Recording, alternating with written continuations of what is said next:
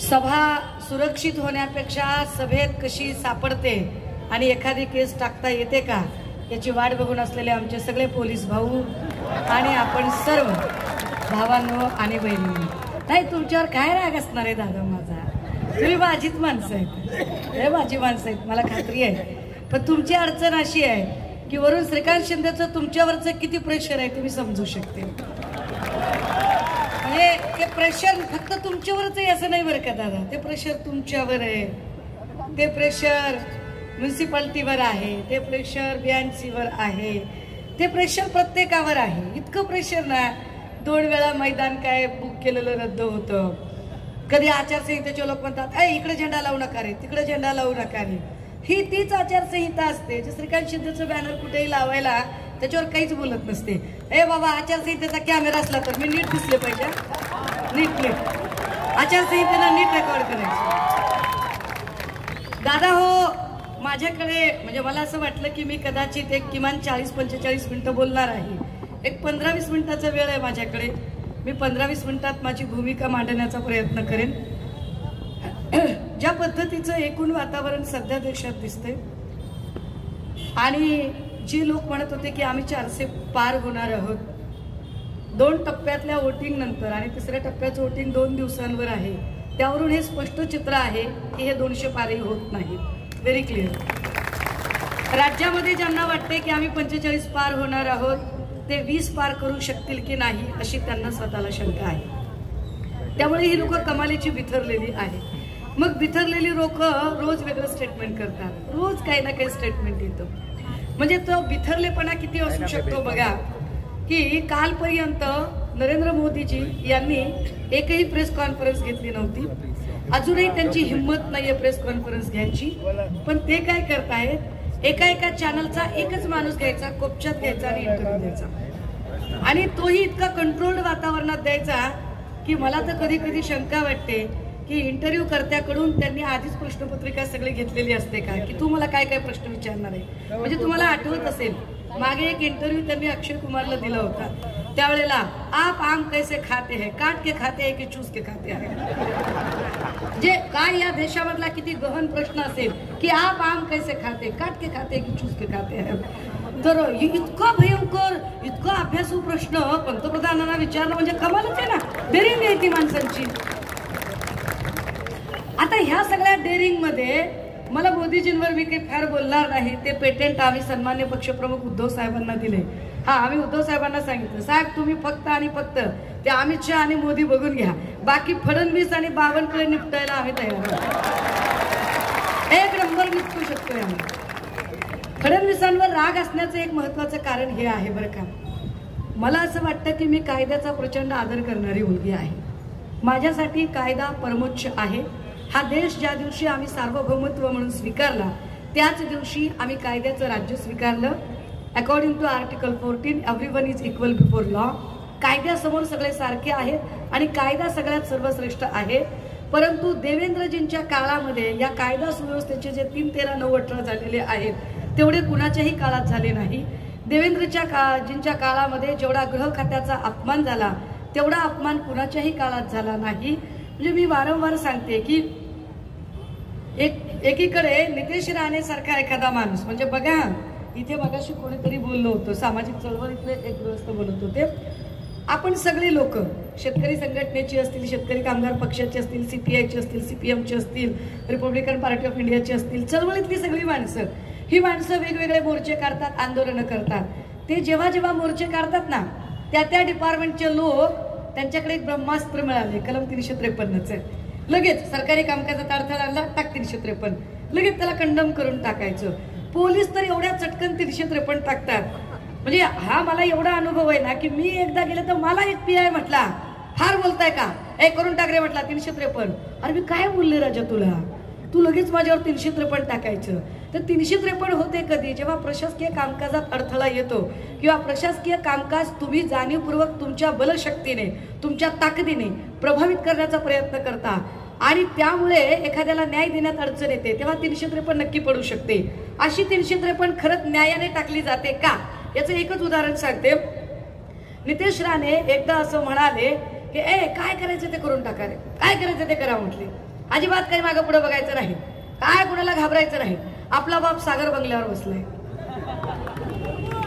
ह्यांचा पत्ता नारायण भाऊंचा पत्ता आहे कणकवलीचा, आणि नितेश राणे सांगतोय की आपला बाप सागर बंगल्यावर बसलाय. असं मला त्याच्यात पण खोलात जायचं. त्याच्यानंतर मग पुन्हा पोलीस जरा कॅमेरे घेऊन उभे राहायला लागले. वरबायटरी लिस्ट मध्ये नाव आलं असेल हे की नाही, तुमच्याकडे एक वरबायटरी लिस्ट. रंग सावळा, सशक्त बांधा, मध्य उंची, केस कुरळे, पोशाख साडी, भाषा मराठी, सदरील वर्णनाची व्यक्ती आपल्या हद्दीत आल्यास तिचे भाषण ध्वनिचित्र मुद्रित करावे. ती व्यवस्था नसेल तर ध्वनी मुद्रित करावे. तीही व्यवस्था नसेल तर टंकलिखित करावे. काही करावं पण भाषण रेकॉर्ड करावं. आता असं भाषण यांनी नितेश राणेचं रेकॉर्ड करायला एक कॅमेरा पुढे आणला. जसाही पोलिसांनी कॅमेरा आणला, पुढे एकदा नितेश राणे म्हटले, काय माझा व्हिडिओ रेकॉर्ड करता म्हणे, काय व्हिडिओ रेकॉर्ड करायचा ते करा, काय कराल, फार फार तर तुम्ही हा व्हिडिओ रेकॉर्ड कराल आणि तुमच्या बायकोला नेऊन दाखवाल. हा कोणता चिकना बांधताना, हा कोण असा की ह्याचा व्हिडिओ काढून बायकोला नेऊन दाखवा पोलिसांनी. आता सुरू झालं म्हणता संपते. काय म्हणजे काय विषय आहे बघा. एका अर्थाने नितेश राणेचं हे स्टेटमेंट पोलिसांवर प्रभाव आणणारं आहे. एका अर्थाने हे स्टेटमेंट हे पोलिसांना आपल्या कामापासून परावृत्त करणे, त्यांच्यावर दडपण आणणारं आहे. खरं तर यासाठी पोलिसांनी त्याच्यावरती 353 दाखल करणं अपेक्षित होतं, पण संबंध महाराष्ट्रात आणि त्या दिवशी ड्युटीवर असणाऱ्या एकाही पोलीस अधिकाऱ्याने ही हिंमत केली नाही की त्याच्यावर 353 दाखल करावे. नाही केली कुणी हिंमत. हाईट अशी की जो ज्या खात्याचा मंत्री असतो त्याने आपल्या खात्याच्या कर्मचाऱ्यांना आपली म्हणजे तो पालक असतो त्या खात्याचा. गृह खातं हे देवेंद्रजींकडे आहे. देवेंद्रजींनी पालक म्हणून जर माझ्या खात्याच्या कर्मचाऱ्यांना, पोलीस कर्मचाऱ्यांचा अवमान होत असेल तर मी याचा बदला घेतला पाहिजे, मी याच्यासाठी याला दंडित केलं पाहिजे असं म्हणत नितेश राणेवरती तक्रार दाखल करायला हवी होती. पण देवेंद्रजींनी सुद्धा तक्रार दाखल केली नाही. 4 दिवसापूर्वी एक व्हिडिओ व्हायरल होतोय केतन तिरोडकर नावाच्या माणसाचा. गेली 8 ते 9 महिने मी ड्रग्सच्या विरोधात भांडते दादा हो. गेली 8 ते 9 महिन्यांपासून मी ड्रग्सच्या विरोधातले इतके पुरावे पोलीस स्टेशनला सादर केले. इतक्या पोलीस ऑफिसर असतील, एक्साईजची लोक असतील, मंत्रिमंडळातले मंत्री असतील, आमदार असतील, त्यांचे चेले चपाटे असतील, पुराव्यासकट सगळे रेकॉर्ड दिले, पण अजूनही ड्रग्ज वरती कसली कारवाई होत नाही. केतन तिरोडकर स्पष्टपणे सांगतोय की mister Devendra Fadnavis, either support me और अरेस्ट मी, मला सपोर्ट करा किंवा मला अटक करा. पण देवेंद्रजी त्यावर चकार शब्द बोलत नाहीत. आपल्याला हे सरकार का बदलायचे त्याची कारणं नीट समजून घ्या. कुठेतरी एक फक्त खासदार निवडून द्यायचा एवढ्यापुरती निवडणूक सीमित ठेवू नका. इतका छोटा हेतू नाही आपला. आपला हेतू काय आहे, या देशातली, या राज्यातली कायदा सुव्यवस्था टिकली पाहिजे. या देशात, या राज्यात कायद्याचा, पोलिसांचा धाक असला पाहिजे. देवेंद्रजी सत्तेत आल्यापासून कुठलाही कायद्याचा आणि सत्तेचा धाक राहिलेला नाहीये. अरे कधी काळी लोक निर्जन ठिकाणी अंधारात इकडे तिकडे गुन्हे करायचे. आता परिस्थिती अशी आहे की पोलिसांचा धाक न राहिल्यामुळे आणि पोलिसांच्या पक्षपाती वागण्यामुळे हे फार स्पष्टपणे मांडलं पाहिजे. कारण मर्जी संपादन करण्यासाठी सत्ताधाऱ्यांची मर्जी खपा होऊ नये म्हणून प्रचंड प्रेशर खाली काम करणारे पोलीस निर्णय घेऊ शकत नाहीत. त्याचा परिणाम काय होतोय, निर्जन ठिकाणी सोडा, लोक फेसबुक लाईव्ह करून एकमेकांचा मर्डर करायला लागले. डायरेक्ट पोलीस स्टेशन मध्ये गोळ्या झाडण्यापर्यंत जर लोकांची मजल जात असेल तर काय अवस्था आहे कायदे आणि सुव्यवस्थेची. म्हणून कल्याणकरांनी निर्णय घेण्याची गरज आहे. निर्णय का घ्यायचा आहे, इथं कायदे सुव्यवस्था टिकवणं गरजेचं आहे. मगाशी पाण्यावरती फार बोललं गेलं. खरं तर पाणी प्रश्न पेटला आहे. मशाल पेटती ठेवण्यासाठी आता पाणी प्रश्न एवढा पेटलेला आहे आणि हा पाणी प्रश्न सोडवला जात नाही. जेवढी काही म्हणून कंत्राट असतात, मला वाटतं कुठे एबीपीने एकदा तोंडी परीक्षेसाठी बोलावलं. आवडता भाचा कोणता, म्हटलं बाबा माझा आवडता भाचा श्रीकांत आहे. का बरं, माणसानं खंडीभर खावं पण मांडी आडून कसं खावं ह्याची कला श्रीकांतकडे आहे. फार चांगली कला आहे. म्हणजे कंत्राट सगळी माझ्याकडे, ठेकेदार माझ्याकडे, एजन्स्या माझ्याकडे, चुनापुडी पासून ते मिनरल वॉटर पर्यंत आणि डीप फ्रीज पासून ते अगदी बल्ब पर्यंत सगळ्या प्रकारच्या एजन्स्या ह्या माझ्याचकडे असल्या पाहिजेत. एजन्स्यांच्यासाठी सगळ्या कंत्राटदारांचं क्लबिंग मीच केलं पाहिजे, मीच सगळ्या अधिकाऱ्यांना धंद्याला लावलं पाहिजे, सगळे अधिकारी मी माझ्याच अधीन ठेवले पाहिजेत, सगळ्या खात्याच्या अधिकाऱ्यांना मी रुबाबात सांगितलं पाहिजे.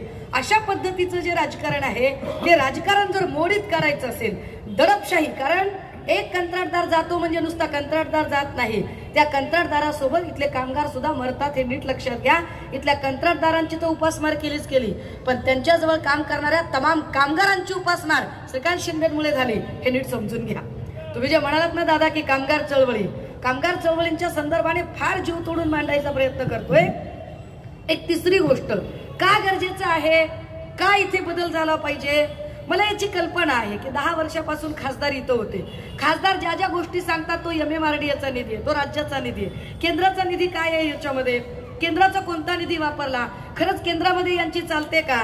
जे देवेंद्र फडणवीस आणि अमित शहा किंवा मोदीजी यांना भरीवर घालतात आणि सांगतात की असली आणि नकली शिवसेनेतला फरक, हे खरंच असली शिवसेनेचे पाईक आहेत का. श्रीकांत शिंदेचे वडील हे शिवसेना प्रमुख होऊ शकतात का. अहो शिवसेना प्रमुख कोण असतो, शिवसेना प्रमुखाचा एक दरारा, एक रुबाब होता आहे. कसा दरारा आणि कसा रुबाब की लक्षात घ्या, जेव्हा अटल बिहारीजी होते किंवा अडवाणीजी होते, अगदी गडकरी मुंडे साहेब होते, बाळासाहेब असतानाही, वंदनीय बाळासाहेबांच्याही काळामध्ये जागा वाटपाची चर्चा करायची असेल तर दिल्लीतनं लोक तिथून इकडे येत होती आणि मातोश्रीचे उंबरे झिजवत होते.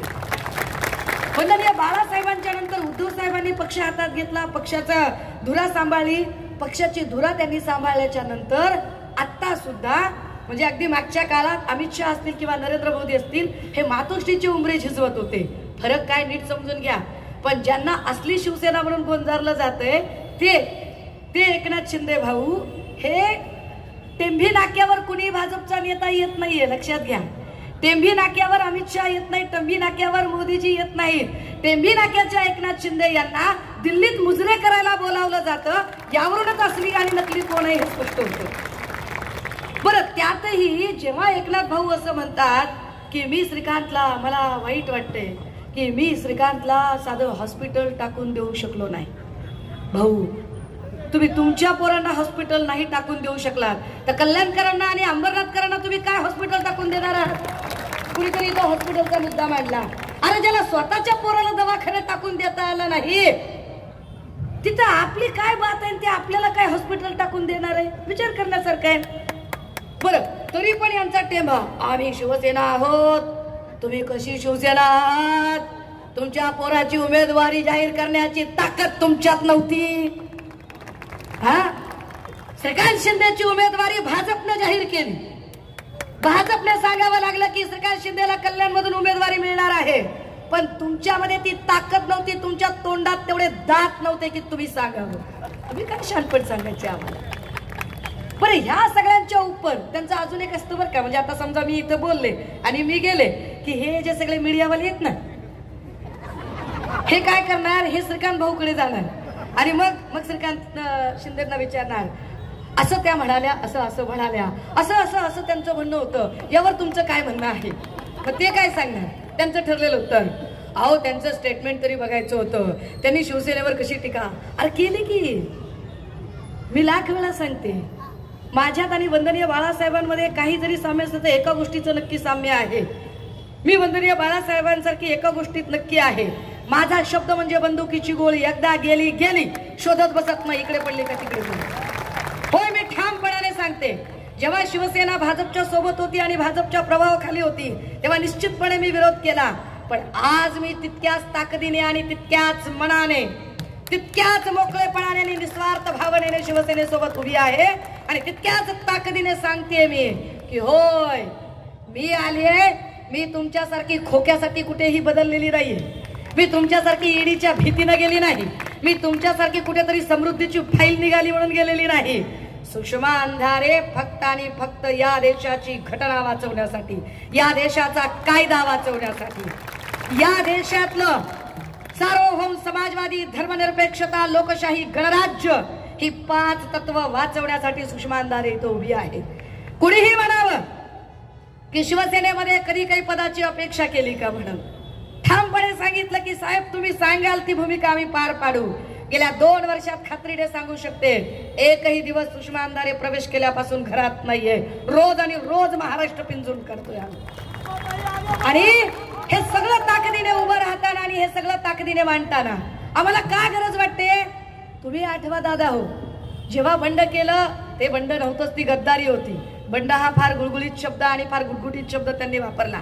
जेव्हा यांनी गद्दारी केली तेव्हा गद्दारी नंतर म्हणाले, काय शेतकऱ्याच्या पोराने मुख्यमंत्री होऊच नये का? काय शेतकऱ्याच्या पोराला मुख्यमंत्री होण्यात? अरे कोण म्हणलं शेतकऱ्याच्या पोरानं मुख्यमंत्री व्हायचं नाही म्हणून? व्हावं की, आता झालाय ना, झालात ना तुम्ही. पण तुम्ही शेतकऱ्याचे पोरग म्हणून होतात का? जर पहिल्या टर्मला तुम्ही आमदार असतात तर तुम्ही शेतकऱ्याचं पोरग असतात. एवढ्या वेळा तुम्ही मंत्रीपद ही सगळी भोगली, सगळ्या आमदारक्या सगळ्या भोगल्या आणि तरी तुम्ही शेतकरी. बरं जाऊ द्या, आता तुम्ही शेतकरी पुत्र होतात, आता तुम्ही श्रीकांत शिंदेला शेतकरी पुत्र म्हणू शकाल का? आता श्रीकांत शिंदे मुख्यमंत्री पुत्र आहे. मग ते म्हणतात कल्याणमध्ये काय उमेदवार दिला? कल्याण मधला उमेदवार अगदीच सामान्य चेहरा आहे. हो आहे, कल्याण मधला उमेदवार अगदी सामान्य चेहरा आहे. काय सामान्य घरातल्या बाईने निवडणूक लढू नये? काय सामान्य घरातल्या बाईने तुम्हाला आव्हान देऊ नये? दिलं पाहिजे. मुख्यमंत्री पुत्राला आव्हान देताना तेवढाच सर्वसामान्य चेहरा देणं हीच आमच्यासाठी उद्धव साहेबांची सगळ्यात मोठी कामगिरी आहे. कारण शिवसेना एकमेव असा पक्ष आहे ज्याने लोकशाहीचा आणि सत्तेचा अर्थ अगदी सामान्य लोकांपर्यंत पोहोचवला. का गरजेची आहे ही निवडणूक? कशासाठी गरजेची आहे? आज मी देवेंद्रजींचं भाषण ऐकत होते, कुठेतरी माड्यात का कुठे बोलत होते ते, आणि तिथे बोलताना ते सांगत होते की महाराष्ट्र आम्ही कसा पुढे नेला. कशात पुढे नेला महाराष्ट्र? कशात पुढे नेला देवेंद्रजी तुम्ही महाराष्ट्र? इथले एक एक उद्योग तुम्ही बाहेर नेले.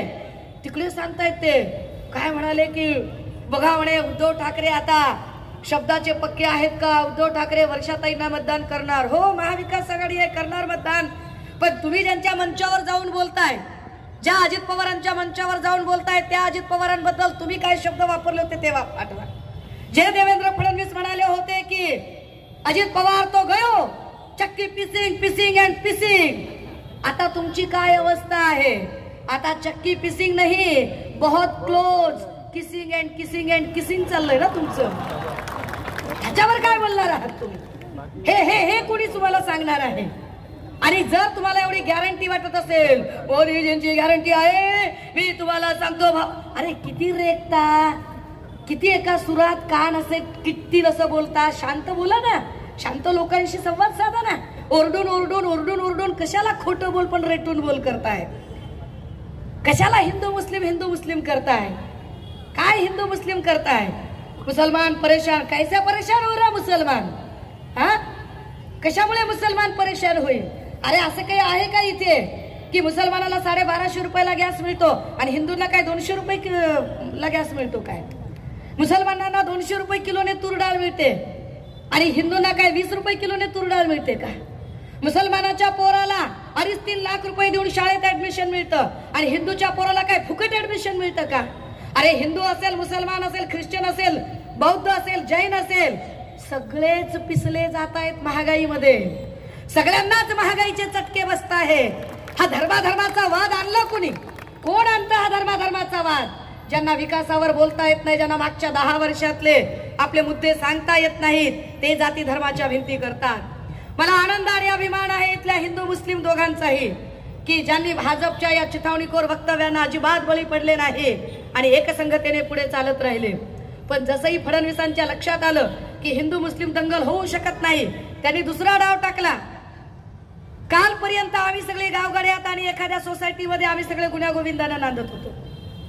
कालपर्यंत इथला मराठा, साळी, माळी, कोळी, तेली, तांबोळी, आतार, बागवान, सुतार, लोहार, कुंभार, घिसाडी, कैकाडी, पारधी आम्ही सगळे गुण्यागोविंदाने नांदत होतो.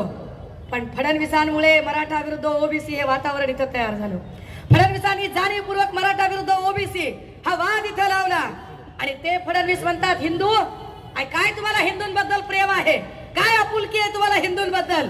भारसो रिफायनरी मध्ये ज्यांच्यावरती लाठी हल्ला झाला ते हिंदू नव्हते का? लाठी हल्लाचे ऑर्डर करणारे अधिकारी हिंदू नव्हते का? लाठी हल्ला ज्या खात्याच्या कर्मचाऱ्यांनी केला, अर्थात पोलिसांनी, त्या खात्याचा मंत्री म्हणून देवेंद्र फडणवीस तुम्ही हिंदू नाहीत का? त्या देहूच्या, आळंदीच्या वारकऱ्यांवरती लाठी हल्ला झाला ते वारकरी हिंदू नव्हते का? त्यांच्यावर लाठी हल्ला झाला तरी लाठी हल्ला झालाच नाही असं रेटून खोटं बोलणारे देवेंद्रजी हिंदू नाही आहेत का? अंतरवली सराटीमध्ये ज्या मराठा भावांवरती लाठी हल्ला झाला ते हिंदू नव्हते का? अरे उलट तुमच्या काळात मुसलमानांपेक्षा हिंदू जास्त परेशान झाला. उलट तुम्ही लोकांना तुकडे तुकडे म्हणता, खरे तुकडे तुकडे गँग तर भाजपावाले आहेत. खरी तुकडे तुकडे गँग आणि खरं जाती आणि भिंती आणि जाती आणि धर्मांचं कंपार्टमेंटचं राजकारण इथं जर कोणी उभं केलं असेल तर ते राजकारण देवेंद्रजी आणि भाजपाने केलं. फुटीरतावादाचं राजकारण हे देवेंद्र फडणवीसांनी केलं. फुटीरतावादाचं राजकारण करताना ते आम्हाला शहाणपण शिकवतात. अरे कालपर्यंत ज्या रवींद्र वायकरांना अटक करण्याची भाषा करत होतात, कालपर्यंत ज्या यामिनी जाधवांच्या घरी एवढी रोकड सापडली तेवढी रोकड सापडली म्हणत होतात, त्याच यामिनी जाधव, तेच रवींद्र वायकर, तेच सगळे, तेच प्रताप सरनाईक, ज्यांच्यावर म्हणून तुम्ही आरोप केले ते सगळेच जण तुम्ही मांडीवर घेऊन बसलात. कुठली मोदीची गॅरंटी? मोदीला गॅरंटी असते तर एवढे पक्ष फोडले नसते. गॅरंटी नव्हती म्हणून तुम्हाला शिंदेच्या सोबत 40 फोडावे लागले, तरीही गॅरंटी मिळाली नाही. मग तुम्हाला राष्ट्रवादी फोडावी लागली तरीही गॅरंटी मिळाली नाही. म्हणून तुम्हाला अशोकाच्या झाडाला कमळाचं फुल करावं लागलं तरीही गॅरंटी मिळाली नाही. म्हणून तुम्ही बंद पडलेलं इंजिन आपल्या यार्डात आणून लावलं. तुम्ही शहाणपण सांगता काय? कुठलं शहाणपण सांगताय तुम्ही? आणि तुम्हाला असं वाटतं की तुम्ही काहीही बोलाल? मिया मुंह में जुबान हम भी रखते हैं. त्यामुळे देवेंद्रजींनी हे लक्षात ठेवायचं कि जिनके घर शीशे के होते हैं वो लाइट जलाकर कपड़े नहीं बदला करते. फिर क्या होता है? ऐसा किया तो मुलुंड वाले के जैसे HD सीढ़ियां निकले ना, वैसे सीढ़ियां निकलते हैं. एक आक्रस्ताळी बाई कुणीतरी उठते आणि शानपण तीनपाट असो. या आक्रस्ताळ्या बायकांबद्दलही बोला वाटत नाही. आयला सुप्रिया सुळेंची पर्स बाळगू बाळगू मोठ्या झालेल्या या बाया, काय बोलायचं यांच्यावर? आणि यांनी आम्हाला शानपण सांगायचं तुमच्या जाहिरातीत असं आहे. मुळात तू कशाला बघायला गेलतीस? हा, तू कशाला बघायला गेलतीस तिकडे? तुम्ही आम्हाला शानपण सांगायचं? अरे या देशातल्या महागाईवर बोला ना. काय या देशात महागाई झाली आहे त्याच्यावरती बोला. तुम्हाला जर वाटतंय की 80 करोड जनतेला राशन दिल्यामुळे तुम्ही महागुरु होताय तर चूक. फुली, एकदम फुली. अरे 80 कोटी लोकांना रेस्टिंगच्या रांगेत उभं करणं म्हणजे विश्वगुरु नसतं. 80 कोटी लोकांना एम्प्लॉयमेंट मिळवून देणं म्हणजे विश्वगुरुचं काम असतं. ते तुम्ही करू शकताय का ते बोला. त्यावरती तुम्ही काय बोलणार आहात ते सांगा. किती किती किती खोटं बोलाल, किती खाली पातळीला उतराल. 2 टप्प्यातलं फक्त वोटिंग झालं दादा हो. 2च टप्प्यातलं वोटिंग झालं आणि यांना कळलं की इलेक्शन फिरलंय, वातावरण फिरलेलं आहे, आपल्या विरोधात चाललेलं आहे. आपल्या विरोधात वातावरण चाललंय म्हटलं की लगेचच विजयाकडे घोडदौड करणाऱ्या शशिकांत शिंदेवर अटकेची टांगती तलवार ठेवली. तिकडे माड्यामध्ये अभिजित पाटील फार जोरात प्रचार करतायत. म्हटलं की अभिजित पाटलांच्या विठ्ठल नागरी सहकारी साखर कारखान्यावर जप्ती आणली आणि काय कोडगेपणाचा कळस. त्याच अभिजित पाटलांना भाजपात घेऊन आज देवेंद्र फडणवीस स्टेजवर म्हणतायत अभिजितराव कारखाना कसा चालवायचा ते तुमच्याकडून शिकलं पाहिजे. जनाची नाही तर मनाची तरी. काय बोलताय तुम्ही? काय लोकांच्या कानात भिडे आहेत? ह्या ज्या आक्रस्ताळ्या बायका बोलतात त्या बायकांना कळत नाहीये. इथून एक महिला उभी राहिली आहे. काय महिलांचे प्रश्न, महिला असुरक्षेबद्दल किती संवेदनशील आहे हे सरकार. म्हणजे आम्हाला शहाणपणी शिकवणाऱ्यांना कळत नाहीये की बिल्किस बानोच्या बलात्कारांना मिठाया भरवणारी हीच भाजपा, हाथरस उन्नाव कठवामध्ये गप्प बसणारी हीच भाजपा, कुलदीप सेंगर सारख्या बलात्काराच्या समर्थनात मोर्चे काढणारी हीच भाजपा. ॲथलेटिक्स आणि ऑलिम्पिकच्या आमच्या पोरींनी ज्या ब्रिजभूषण सिंग वरती लैंगिक शोषणाचे आरोप केले त्याच ब्रिजभूषण सिंगच्या पोराला जर हे तिकीट देत असतील तर हे कसले बेटी बचाव वाले, हे तर बेटी भगाव वाले लोक आहेत. यांना काय लेकी बाळींची सुरक्षा कळलेली आहे. एक प्रज्वल रेवन्ना, तो प्रज्वल रेवन्नाचे 3000पेक्षा अधिक सेक्स व्हिडिओ व्हायरल होतात आणि यावर यांच्या आक्रस्ताळ्या बायका चकार शब्द काढत नाही. 3000पेक्षा जास्त सेक्स व्हिडिओ ज्याचे व्हायरल झाले, ज्याने 3000 बायकांचं लैंगिक शोषण केलं. आपल्या घरात कामाला असणाऱ्या वयोवृद्ध आपल्या आईच्या समान असणाऱ्या बाईचं ज्याने शोषण केलं, अशा प्रज्वल रेवन्नाचा प्रचार मोदीजी जाऊन करतात. ये मोदी की गॅरंटी आहे. क्या गॅरंटी आहे मोदी की अशा बाईचा प्रचार. माझ्याकडे अजूनही 9 मिनिटं आहे. म्हणजे पोलिसांमध्ये चलबिचल होण्याच्या आधी मीच सांगितलं पाहिजे त्यांना. आणि एखादी केस माझ्या अंगावर पडली तरी घेईन मी, डोंट वरी. त्या प्रज्वल रेवन्नाचे हात बळकट करा. कशासाठी बळकट करायचे? मोदी सांगतात रेवन्नाचे हात बळकट करा. कशासाठी मोदीजी? कशासाठी बळकट करायचे? इकडे मोदी सांगतात, इकडे काय देवेंद्र फडणवीस सांगतात मोदीजींचे हात बळकट करा. श्रीकांत शिंदे म्हणायचं मोदीजीचे हात बळकट करा. कोण बळकट करणार? श्रीकांत शिंदे, नरेश मस्के, यामिनी जाधव. अरे ज्यांचे हात दुनियाचे भ्रष्टाचाराने कळकट आणि मळकट झालेत, असे कळकट हात काय सत्ताधाऱ्यांच्यात बळकट करतील? आम्हाला मोदींचे हात बळकट करायचे नाहीयेत. आम्हाला या देशात लोप पावत चाललेली संविधानिक व्यवस्था बळकट करायची आहे. म्हणून ही लढाई आमच्यासाठी महत्वाची आहे. आम्हाला इथे पुन्हा एकदा कायद्याचं राज्य स्थापित करायचं आहे. जे लोक सांगतायत वन नेशन वन इलेक्शन, हम वन नेशन वन इलेक्शन में यकीन नहीं रखते हैं. वन नेशन वन इलेक्शन ये हुक्मरान करने वाली बात होती है. हम बोल रहे हैं कि वन नेशन वन इलेक्शन नहीं, वन नेशन और वन एज्युकेशन की ज्यादा जरूरत आहे. टाटा बिर्ला आणि अंबानीच्या पोरांना ज्या क्वालिटीचं शिक्षण मिळेल त्याच क्वालिटीचं शिक्षण आमच्या लेकरांना मिळालं पाहिजे. यासाठी इंडिया महाविकास आघाडी कटिबद्ध असेल. म्हणून ही निवडणूक आम्हाला महत्वाची आहे. ही निवडणूक आम्हाला का महत्वाची आहे? अनंत हेगडे, पंकजा मुंडे किंवा सुब्रमण्यम स्वामी किंवा आता ज्यांनी अर्थमंत्री पद भोगलं त्या निर्मला सीतारामन यांचे यजमान प्रभाकर परकला हे स्पष्टपणे सांगतात कि अगर 2024 को हम चुनकर आए तो हम संविधान को बदल कर रहेंगे. परकला म्हणतात की 2024 ला जर मोदी निवडून आले तर विसरून जा की 2029 ला निवडणूक होईल. या देशातली सगळी लोकशाही व्यवस्था पणाला लागलेली आहे. अशा सगळ्या काळामध्ये आम्ही काय करावं लागेल? अशा सगळ्या काळामध्ये गरज आहे की आम्ही एक सजग नागरिक म्हणून उभं राहण्याची. आणि इमानदारीनं सांगते दादा, हो खरंच वातावरण फिरलेलं आहे. यांनी काय पैसे खर्चायचे ते खर्चू देत. काय श्रीकांत शिंदेना अजून नगरसेवक फोडायचे ते फोडू देत. इथून कुणाला वाळेकरांना फोडलं का त्यांनी? काय काय वाळेकर बापूला फोडल्यावर काय होतंय? अरे तुम्ही दाब तपस्या करून त्याला तिकडे घेऊन जाल. कदाचित तो माणूस तनाने तुमच्याकडे असेल, मनानं कुठे तुम्हाला माहिती आहे का? जेवढे नगरसेवक तुम्ही घेऊन गेलात त्या नगरसेवकांमधले अर्धे नगरसेवक आमचं काम करणार आहेत, आम्हाला खात्री आहे. तुम्ही काही जरी म्हणलात तरी या लोकसभेमध्ये जे 6 आमदार आहेत त्या 6 पैकी किमान 4 आमदार आमचं काम करतील, आम्हाला खात्री आहे. कारण त्या 4 आमदारांचा अख्खा स्वाभिमान तुम्ही पायदळी तुडवलेला आहे. त्या 4 आमदारांना तुम्ही जो त्रास दिला, त्या आमदार गणपत गायकवाडांच्या माय माऊलीला कारण नसताना जो त्रास होतोय, आम्हाला माहिती आहे की तुम्ही काय पद्धतीने दबावाचं राजकारण करताय. गॅरंटी आहे ना तुम्हाला मोदीची? फार गॅरंटी आहे ना तुमच्या पप्पांनी काम केल्याची? तर तुमच्या पप्पाला एवढी माणसं का फोडावी लागतात? का एकट्याच्या बलबुत्यावर इलेक्शन लढणं होत नाही तुम्हाला? लढा, लढून दाखवा, मग आम्ही तुम्हाला सांगू. आणि हो, आम्हाला विकास करायचा आहे. आम्हाला विकासासाठी आम्ही सगळं करत आहोत. आईला 2 महिन्यात तुम्हाला विकासाचा साक्षात्कार होतो का? 2 महिन्यापूर्वी वज्रमुठ सभेमध्ये जे अजितदादा स्टीलचा, वाळूचा, सिमेंटचा भाव वाचून दाखवत होते, त्यांना 2च महिन्यामध्ये मोदीजी विकास करतायत असा साक्षात्कार झाला. फार विचार करण्यासारखे बरं का. इकडे आमचे एकनाथ भाऊ पण म्हणतात आपल्याला विकास करायचा आहे. कसला विकास करणार आहात? माय बापाच्या इमानदारीने मी अख्ख्या महाराष्ट्रात प्रश्न विचारते, इथं पुन्हा विचारायला तयार आहे.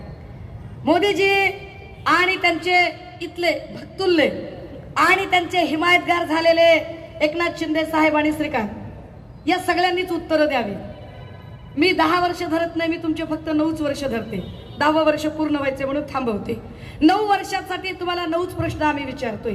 त्या 9 प्रश्नाची उत्तरं तुमच्याकडे आहेत का सांगा. 9 वर्षामध्ये मला महाराष्ट्रातले असे 9 जिल्हे सांगावेत त्यांनी.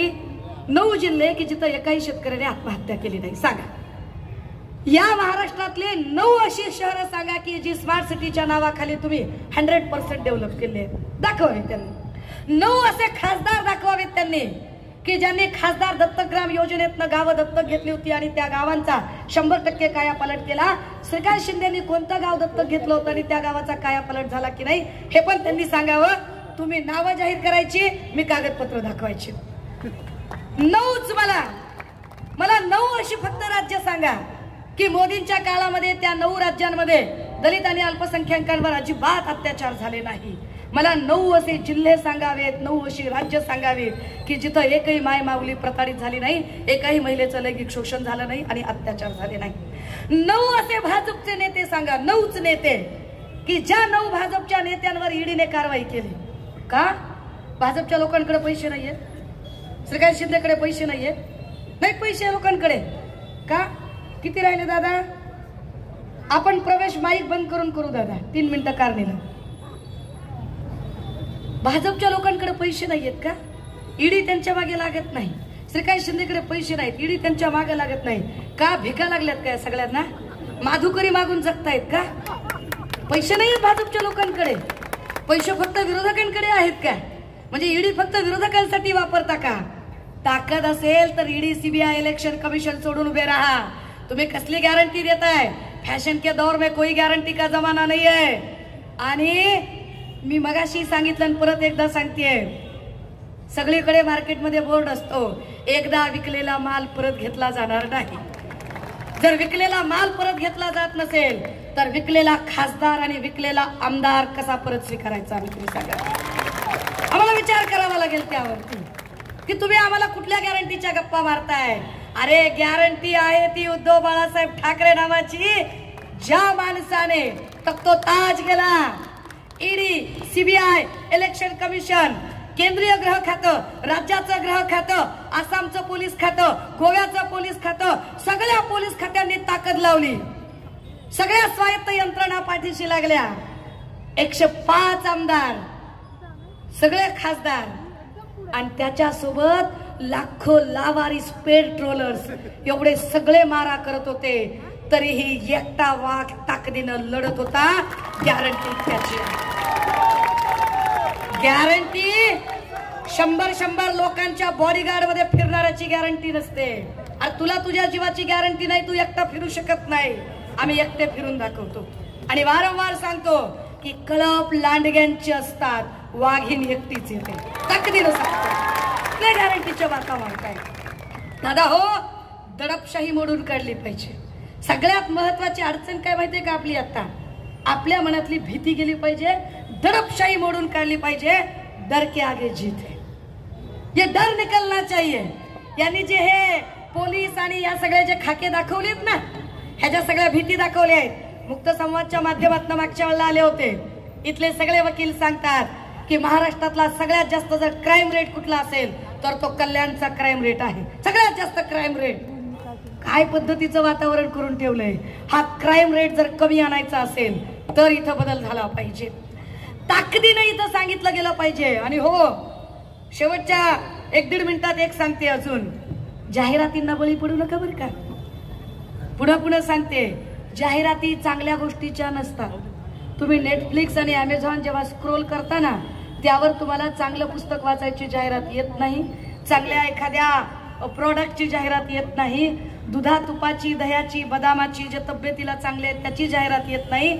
जाहिरात कशाची येते? जंगली रमी पे आओ ना महाराज. जाहिरात कशाची असते? बोलो जुबा केसरी. जाहिरात कशाची असते? खूब जमेगा रंग जब मिल बैठेंगे 3 यार, आप, मैं और बैक पाइपर. जाहिरात वाईट गोष्टींची असते दादा. हो, मोदीजी वाईट विचारांचे आहेत, देवेंद्र फडणवीस वाईट विचारांचे आहेत. त्यांचा विचार जातीवादी आहे, त्यांचा विचार धर्मांध आहे, त्यांचा विचार जात आणि धर्मांमध्ये भिंती निर्माण करणारा आहे, त्यांचा विचार जातीमध्ये, धर्मामध्ये विष पेरणारा आहे. आणि विषारी विचार असणारे लोक जाहिरातींचा मारा करतात. आम्हाला जाहिरात करायची गरज नाही. आम्ही एवढंच सांगू शकतो की पश्चिम बंगालमध्ये ममता बॅनर्जी तट देऊन लढत आहेत. तेजस्वी यादवाने शड्डू ठोकलेला आहे. इकडे केरळमध्ये ह्यांना कुणीच घुसू देत नाही. मध्ये तमिळनाडूमध्ये हे 0 आहेत. आंध्र कर्नाटकचं चित्र तुमच्या समोर आहे. आणि महाराष्ट्रातलं सगळं वातावरण फिरलंय. पंजाब आणि वरच्या भागामध्ये ज्या शेतकऱ्यांच्या आंदोलनाच्या मार्गात यांनी काटे पेरले, खिळे ठोकले, तेही लोक यांच्या सोबत नाहीयेत. त्यामुळे घाबरायचं काही कारण नाही. हे पण खात्रीनं सांगते, मागच्या वेळेला सांगितलं होतं पुन्हा एकदा तमाम आमच्या पोलीस भावांनाही, दादा हो काय आमच्यावर दडपण आणायचं ते आणाकडे तुम्ही, एक 4 महिन्याच्या नंतर तुमच्या सोबत आम्हीच असणार आहोत, खात्रीनं आम्हीच असणार आहोत. आणि म्हणून वेळ इथे माझी वेळ, आत्ता आचारसंहितेची जी वेळ आहे ती मला परमिशन घ्यायला सांगते. कुणाचीही माफी मागणार नाही. मला असंच बोलायचं होतं, हेच बोलायचं होतं, याच भाषेत बोलायचं होतं, याच शब्दात सांगायचं होतं. बोलून शब्द बदलायला मी काही देवेंद्र फडणवीस किंवा एकनाथ शिंदे नाही, मी सुषमा अंधारी आहे. ठामपणे येणाऱ्या 20 तारखेला मशालीवर शिक्कामोर्तब करूया. थांबते, रजा घेते. जय हिंद, जय महाराष्ट्र.